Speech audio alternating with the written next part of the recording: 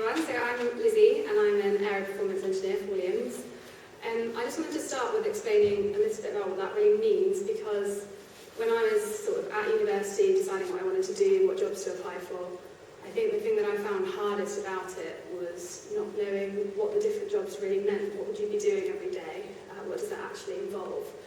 So without hoping to bore you too much, I'm just going to try and explain a little bit the technical side of what I do.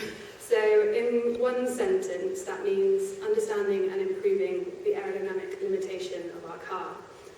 So to try and explain that a little bit more, so as all of you I'm sure know, an F1 car is incredibly complicated. It's made up of lots of different things, so the mechanical components, the springs, dampers, the tyres, how worn they are, how used they are, all sorts of different things.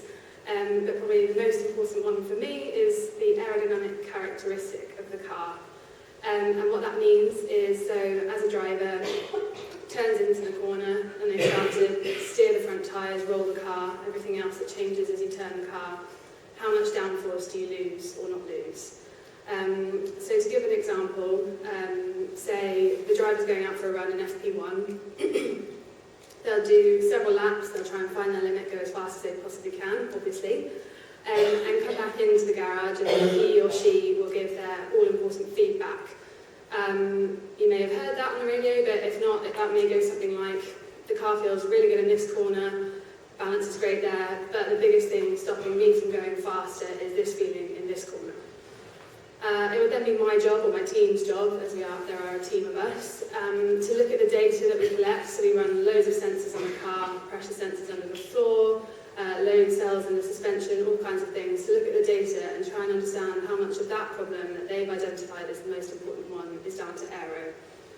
And then from then, we see if we can try and improve it. So whether that be a short-term fix, something we can change for the next run, the next session, or maybe not so easily fixed. So then we feed that back to the rest of the team who designs components for the car, and see is there something that we can design and test and release that will fix this problem in a few races' time, for example. That's definitely one of the things that I love about my job, is the variety. So you've got the kind of short-term fixes, what can we do right now in the next 10 minutes to extract as much performance as we can from the car, but you've also got the longer term, you kind of get this incredible opportunity to influence the kind of direction that you're going on the more underlying pace of car progression. So I feel so lucky that that involves both working in our wind tunnel, in the simulator, on the track day, so you just get this huge variety of things, which is just what I love about my job. But if anyone read the bios that were sent out before this event, you'll know that I haven't always wanted to work in F1, or at least that I haven't always known that I wanted to work in F1. Actually, as a kid, I just wanted to play with my Barbies and Polly Pockets, and it's not that there weren't other toys available. I have two big brothers who had all kinds of little toy cars and racetracks and everything, and I just wasn't interested. You couldn't force me to play with them for 10 minutes.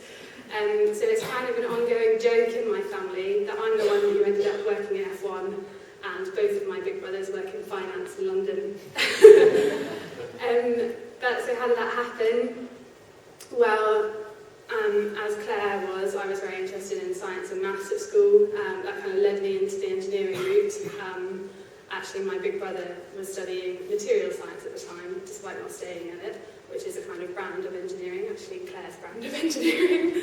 And he explained to me what that really meant, what he was doing at uni at the time, and that's what inspired me to apply for more general engineering at uni. But even then, that didn't really narrow down my choices, which is a great thing, but also quite daunting. So I did general engineering at uni, which meant I studied everything from electrical engineering to mechanical to biomedical. And I was still, in my third and fourth years, just completely none the wiser about which of those types I wanted to go and do. And I was incredibly lucky. An opportunity came up to apply for this Autosport Williams Engineer of the Future scheme, which I went for because I thought I have zero chance of getting this, but I might at least get to go and visit a Formula One factory, and that sounds pretty cool. And honestly, I can't stress enough, I really didn't think that I had a hope of getting it, because despite being interested in engineering and loving kind of aerospace and all the kind of same technical things that apply to F1, it had never occurred to me that I could go and do all those things in the context of sport, or motorsport in particular. It just hadn't really been a career path that had crossed onto my radar, which I think is something that's hopefully clearly changing for all of you here. But as soon as I heard about that was a possibility, and the more that I read into it, and the more that I learned about it, the more excited I got about how that would be such a cool job for me to get to go and do. So that had several rounds of interviews.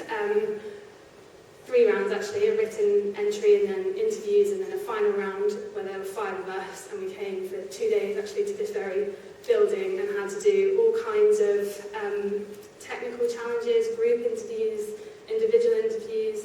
And I remember thinking at the time, these 4 other candidates, they were all boys, they had all been to very motorsport-oriented universities, and they had all done things like Formula Student, and I just thought, I am so on the back foot here.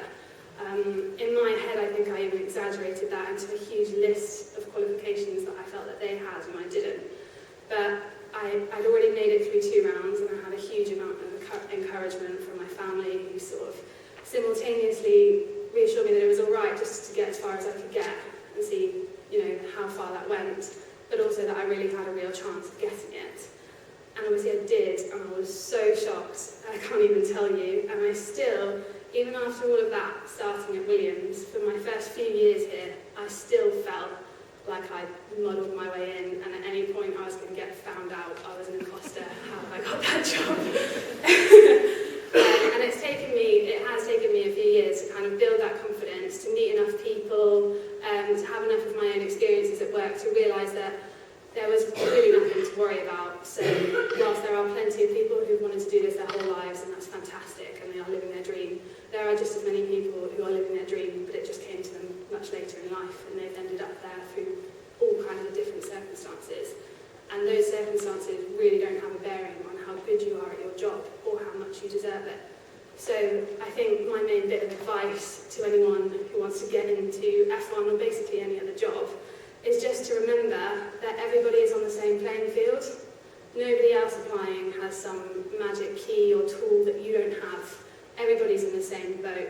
And just like Rachel, I was up really late the night before, learning as much as I could about motorsport, because I really wanted to show just how much I wanted that job. So I would really just remember that you have just as much chance as anybody else if you just do the best that you can possibly do.